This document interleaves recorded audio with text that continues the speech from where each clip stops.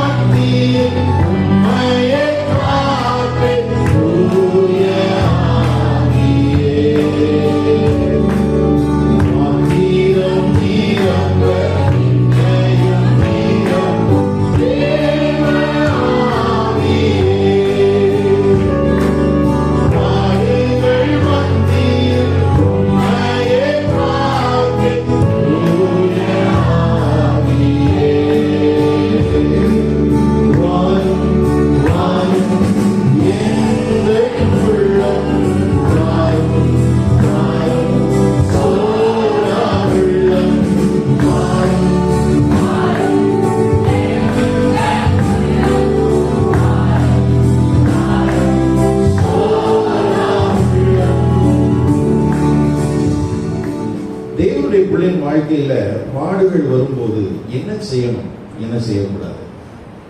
இன்னைக்கு நமக்கு போதிக்கப்பட்டிருக்கிற வார்த்தைகளின் அடிப்படையில நமக்குள்ள என்ன மாதிரியான மனநிலைமை இருக்கு அப்படின்னு கேட்டா, நம்ம ஜெபம் பண்ணா பிரச்சனை மாறிடும். நம்ம ஜெபம் பண்ணா பிரச்சனை மாறிடும். ஆனா புதிய ஏற்பாட்டு சபைக்குள்ள நம்ம அப்படி சொல்ல முடியாது. கவனிக்கிறீங்களா? பாடுகளுக்கு மத்தியில, துன்பங்களுக்கு மத்தியில நம்ம ஜெபம் பண்ணா பிரச்சனை மாறிடும்னு சொல்ல முடியாது. என்ன நடக்கலாம் அப்படின்னு கேட்டா, தொடர்ந்து அவருடைய சமூகத்திலே தங்குகிற ஒரு கிருபை நமக்கு தேவை. நமக்கு பாடுகள் வரும்போது, துன்பங்கள் வரும்போது முதல்ல நமக்கு எது எசென்சியல்? ஆமா, அவரோடு இருக்கிற உறவுல நிலைச்சு இருக்கணும். ஒருவன் துன்பப்பட்டால் எதுக்காக அப்படி சொல்லிட்டு, அதுக்கு எக்ஸாம்பிளா யார் தெரியுமா காமிச்சிருக்குது? அந்த வேத பகுதி எடுங்களேன். யாக்கோபு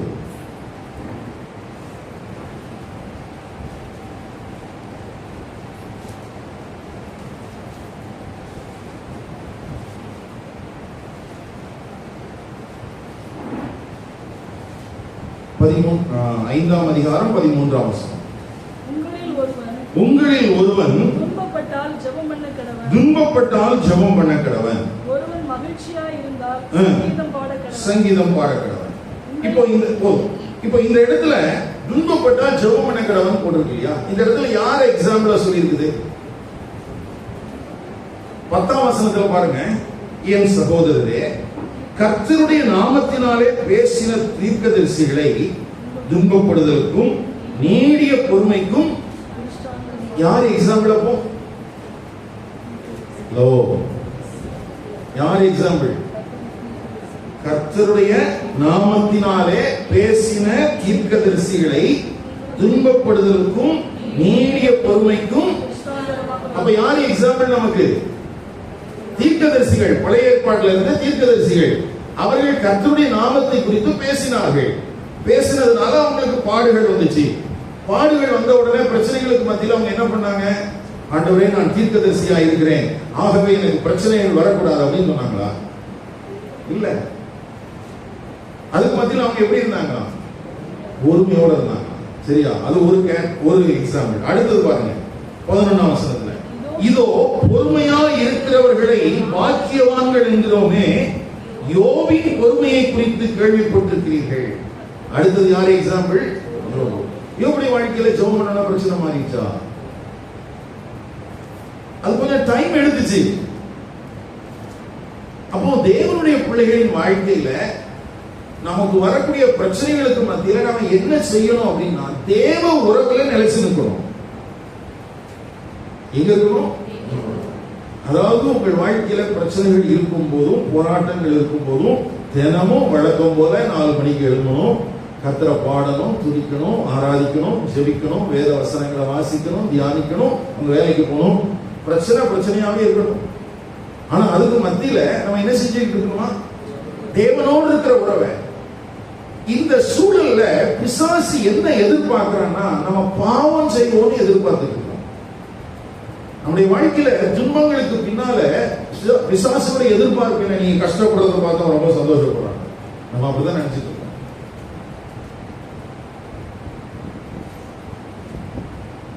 அப்படின்னா இப்ப அவன் சந்தோஷப்படுறான்னா ஆண்டவர் அதை பார்த்து என்ன செய்யணும்? சொல்லுங்க, உங்களதான் பேசுறது. உங்க வாழ்க்கையில வர்ற கஷ்டத்தை பார்த்து பிசாசு சந்தோஷப்படுறான்னா இப்ப ஆண்டவர் என்ன செய்யணும்? உடனே உங்களுக்கு உதவி தானே செய்யணும்.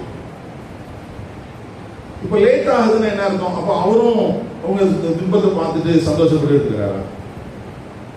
இல்ல.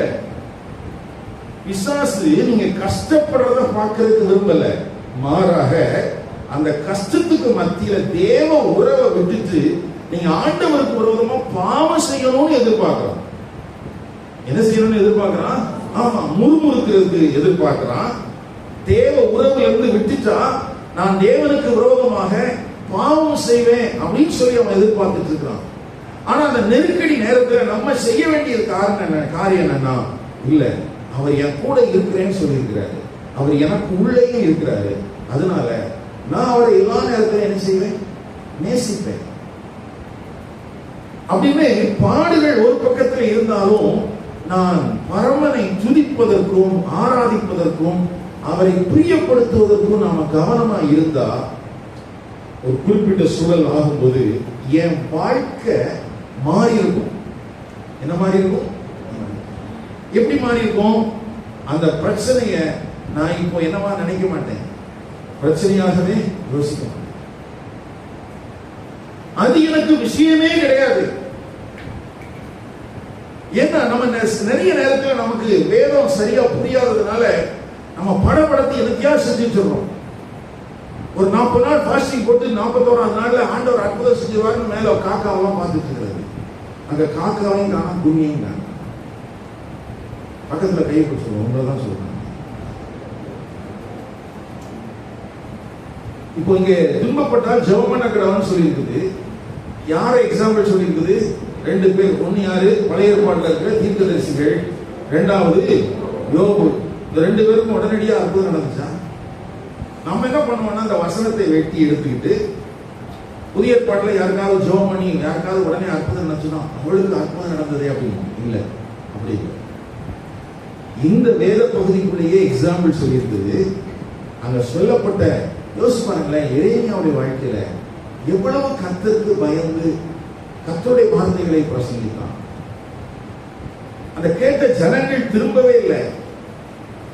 அவனுக்கு என்ன நடந்துச்சு? ஆண்டவர் வந்து என்னுடைய வார்த்தைகளை சரியாக சொன்னா எரேமியாவே, ஆகவே நான் அவனை தொட்டில வச்சு தாளாக்கிட்டே இருக்கிறேன். என்ன இருந்துச்சு? பூவா கூட கிடைக்கல. இன்னைக்கு வரைக்குமே எரேமியா எங்க போனான்னு தெரியல. எத்தனை வருஷம் ஆச்சு தெரியுமா? இத்தனை வருஷமா எரேமியா தன்னுடைய அந்த கடுமையான சூழலுக்கு மத்தியில சிலர் சொல்றாங்க எகிப்துக்கு போனான் அப்படிங்கிறாங்க, சிலர் சொல்றாங்க எத்தியோப்பியாவுக்கு போனான்னு சொல்றாங்க. ஏன்னா அவன் தான் உடன்படிக்கை பெட்டியை எடுத்துட்டு போயிருக்கணும் அப்படிங்கிறது ஒரு பாரம்பரியமான ஒரு நம்பிக்கை. ஏன்னா யோசியாவுடைய நாட்கள்ல உடன்படிக்கை பெட்டி இருக்குது, அதுக்கு பிறகு உடன்படிக்கை பெட்டி இல்ல. தேவனுடைய ஆலயம் தீக்கிரையாக்கப்படுவதற்கு முன்பதாக எரேமியா உடன்படிக்கை பெட்டி எடுத்துச்சு. ஒன்னு எத்தியோப்பியாவுக்கு போயிருக்கலாம், அல்லது அங்க எகிப்துக்கு போயிருக்கலாம். இப்ப எல்லா இடத்துலயும் தேடுறாங்க, எங்கேயுமே எவிடன்ஸ் கிடைக்கல. இப்ப இவங்க தான் நமக்கு மாதிரி. அப்ப நம்முடைய வாழ்க்கையில ஆண்டவர் என்ன செய்ய வருகிறார் என்பதை நாம் சரியாக புரிந்து கொள்ள வேண்டியது அவசியம். நல்ல கவனிங்க, ஒரு ரட்சிக்கப்பட்டு உண்மையாகவே ரட்சிக்கப்பட்டு அதுல மட்டும் கேள்விக்குறி கேட்டுக்கங்க. உண்மையாகவே ரட்சிக்கப்பட்டு தேவனோடு உடன்படிக்கை பண்ணி தேவனுடைய சபைக்குள்ள இருக்கிற உங்கள் வாழ்க்கையில பாடுகள் ஒருபோதும் உங்கள் மேல் வைத்திருக்கிற தேவ நோக்கத்தை என்ன செய்ய முடியாது? பிரிக்கவே முடியாது, ஒண்ணும் பண்ண முடியாது. ஆனா அந்த பாடுகளின் தருணத்துல நீங்க சத்துருடைய வஞ்சத்துக்கு இடம் கொடுத்தீங்கன்னா, நீங்க சோர்ந்து போய், நீங்கள் திடனற்று போய் ஆண்டவருடைய பாதத்துக்கு வராம ஜெபிக்காம தேவ உறவை காத்துக்கொள்ளாம, அங்க ஜெபிக்காம நான் சொல்றதுக்கு காரணம் தேவ உறவை காத்துக்கொள்ளாம. ஜெபிக்கிற நேரத்துல சில நேரத்துல நமக்குள்ள நல்ல கான்பிடன்ஸ் இருக்கும், நமக்குள்ள ஒரு நல்ல தைரியம் இருக்கும், நல்ல வார்த்தைகள்லாம் வரும், நல்ல சொல்லி ஜெபிக்கலாம். சில நேரத்துல அப்படிலாம் இருக்காது, பரவாயில்ல. ஆனா எனக்குள்ள இருக்கிறவருக்கு தெரியும் நான் என்ன நிலைமையில இருக்கிறேங்கிறது அவருக்கு தெரியும். இப்ப தேவை என்னன்னா, நான் அவரோடு உறவாட வேண்டும், நான் அவருடைய சமூகத்தில் இருக்க வேண்டும். அவருடைய இரத்தத்தினாலே மீட்கப்பட்டிருக்கிற நான் திரையின் ஊடாக இல்ல, திரையை எனக்காக கிழித்து ஒரு புதிதும் ஜீவனமான வாசலை உண்டாக்கி வைத்திருக்கிறார். நான் எங்க இருக்கிறேன்னா கிருபாசன தண்டையில காத்திருக்க வேண்டும். கண்ணீர் தான் வருதா, பரவாயில்ல, ஆனா அங்க இருக்கணும். அங்க இருந்தா பாடுகள் மாறுதல் இல்லையோ, நான் பாவம் செய்ய மாட்டேன். தேவனை விட்டு சத்து இந்த சூழலை என்ன செய்ய முடியாது, பிரிக்க முடியாது. ஆனா நம்ம என்ன பண்றோம்னா, நமக்குள்ள ஒரு தவறான புரிந்து கொள்ளுதல் இருக்கு. என்ன பிரதர், நான் ஜெபம் பண்ணி பார்க்கிறேன், பிரச்சனையாவே இருக்குதே, பிரச்சனை மாற மாட்டேங்குதே. ஐயா, பிரச்சனையாவே இருக்கட்டும், அதுக்கு மத்தியில கர்த்தர் கூட நீ இரு, அவர் உன் கூட இருக்கட்டும், அவ்வளவுதான். அவர் நம்ம கூட இருந்தாருன்னா நம்ம எதை குறிச்சு என்ன செய்ய வேண்டியதில்லை. இதுதான் புதிய ஏற்பாட்டு திருச்சபைக்கு ஆண்டவர் சொல்லியிருந்தது. ஏன்னா எல்லா நேரத்திலையும் ஆண்டவர் அற்புதம் செய்ததாக சொல்லப்படலை. நம்ம எல்லாருக்கும் தெரியும், கொரிந்து சபைக்கு அப்போஸ்தலனாகிய பவுல் எழுதும்போது சொல்றான், தன்னுடைய மாம்சத்திலே ஒரு முள் கொடுக்கப்பட்டிருக்கிறது, அது நீங்கும்படி நான் என்ன செஞ்சேன், வேண்டிக் கொண்டேன்.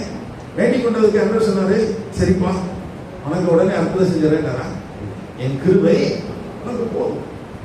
அப்போ சொல்றான், நான் பலவீனமா இருக்கும் போதே எப்படி இருக்கிறேன் அப்படின்னா அர்த்தம், முள் இருக்குது, முள்ளோட நான் இப்ப எப்படிதான் இருக்கிறேன். ஆமா, இப்ப அவனுடைய மனநிலைமை மாறிடுச்சு, இப்ப அவனுடைய தாட்டெல்லாம் மாறிடுச்சு. அது வரைக்கும் முள்ளையே நினைச்சிட்டு இருந்த ஆளு இப்ப அவருடைய கிருபையை நினைக்க ஆரம்பிச்சான். இப்ப பலவீனத்தை அல்ல, இப்ப அவன் எப்படி உணர்றானா, ஆமா ஸ்ட்ராங்கா இருக்கும், நான் ஸ்ட்ராங்கா இருக்கேன். இந்த காலை நேரத்துல உங்களுடைய பார்வையிலையும் பிரச்சனைகளையே பார்த்து நீங்கள் மனம் சரிந்து போக வேண்டாம். நீங்கள் தேவனுடைய கிருபையினால் ஆட்கொள்ளப்பட்டவர்களாக தேவனுடைய பலத்தினால் வரப்போகிறீர்கள். Hallelujah.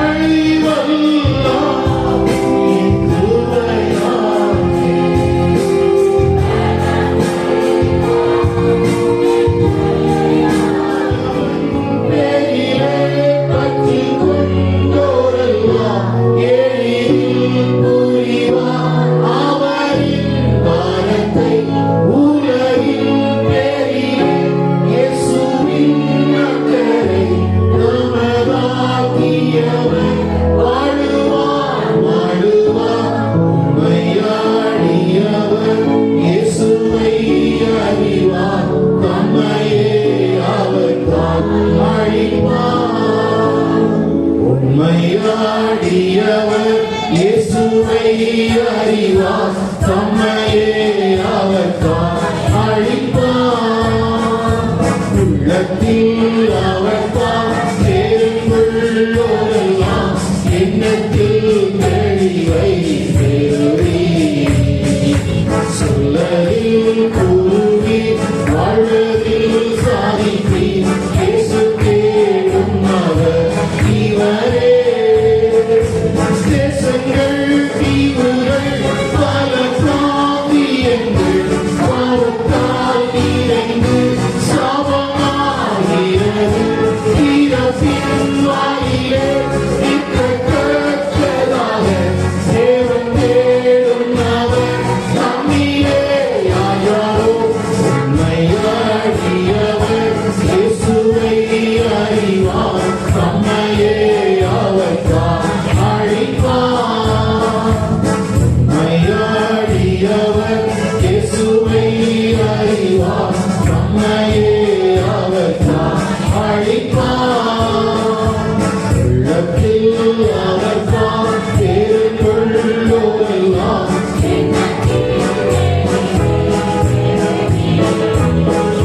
சொல்லதில் கூறி வாழ்வதில் சாதிப்பி. இயேசு தேடும் அவர் இவரே. பரமன் தேடிலே பற்றிக் கொண்டோரெல்லாம் எளிதில் புரிவார் அவரின் பாரத்தை. உலகின் தேடிலே இயேசுவின் அக்கறை சமதாக்கியவர் வாழுவார் வாழுவார். உண்மையாடியவர் இயேசுவை அறிவார் தம்மையே அவர் தான். உண்மையாடியவர் இயேசுவை அறிவார் தம்மையே அவர் தான் அழிப்பார். உள்ளத்தில் அவர் தான் தேர்ந்துள்ளோரெல்லாம் எண்ணத்தில் தெளிவை பெறுவி. சொல்லதில் கூறி வாழ்வதில் சாதிப்பி. இயேசு தேடும் அவர் இவரே. தேசங்கள் தீவுகள் பல பிராந்தியங்கள் பாவத்தால் நிறைந்து சாபமாகிறது. இறப்பின் வாயிலே நிற்கத்தக்கதாக தேவன் தேடும் அவர் நம்மிலே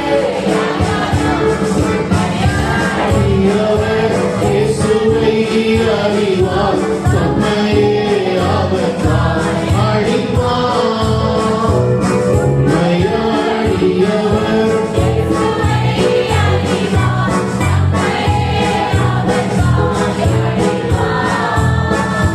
உள்ளத்தில் அவர் தான் தேர்ந்துள்ளோரெல்லாம் எண்ணத்தில் தெளிவை பெறுவி. சொல்லதில் கூறி வாழ்வதில் சாதிப்பி. இயேசு தேடும் அவர் இவரே. செல்வம் சிறப்பு நட்புரி திறப்பு செல்வாக்கு அந்தஸ்து பணாரோ அரசு யாவையும் தெரியும் சாதையில் செய்தி. உலகின் சம்பத்து உண்மையை பேசுவே. உண்மையாடியவர் இயேசுவை அறிவார் தம்மையே அவர் தான் அழிப்பார். உண்மையாடியவர்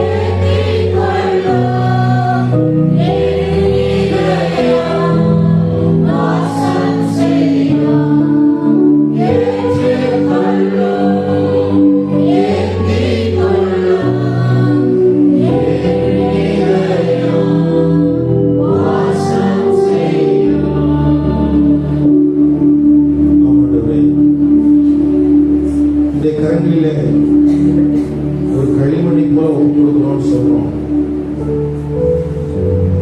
ஆனா குயவன் விரும்புகிற ஒரு பாத்திரமாக வரையும் போது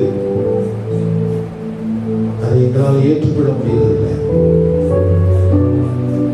எங்கள் புரிந்து கொள்வதில் நிறைய பிரச்சனை காண்டவை. மிதியிட்ட களிமணி மேல எஜமானுக்கு உரிமை இல்லாமலா? நீ இறையாண்மை உள்ள தேவன் ஆண்டவரே, நீர் எங்கள் மேல் அதிகாரம் உள்ள தேவன் ஆண்டவரே. வலத்த கரத்துக்குள்ளே என்னையும் எங்களையும் அர்ப்பணிக்கிறோம். தொடர்ந்து எங்களை வழிநடத்துங்க. இயேசுவின் மூலம் பிதாவே.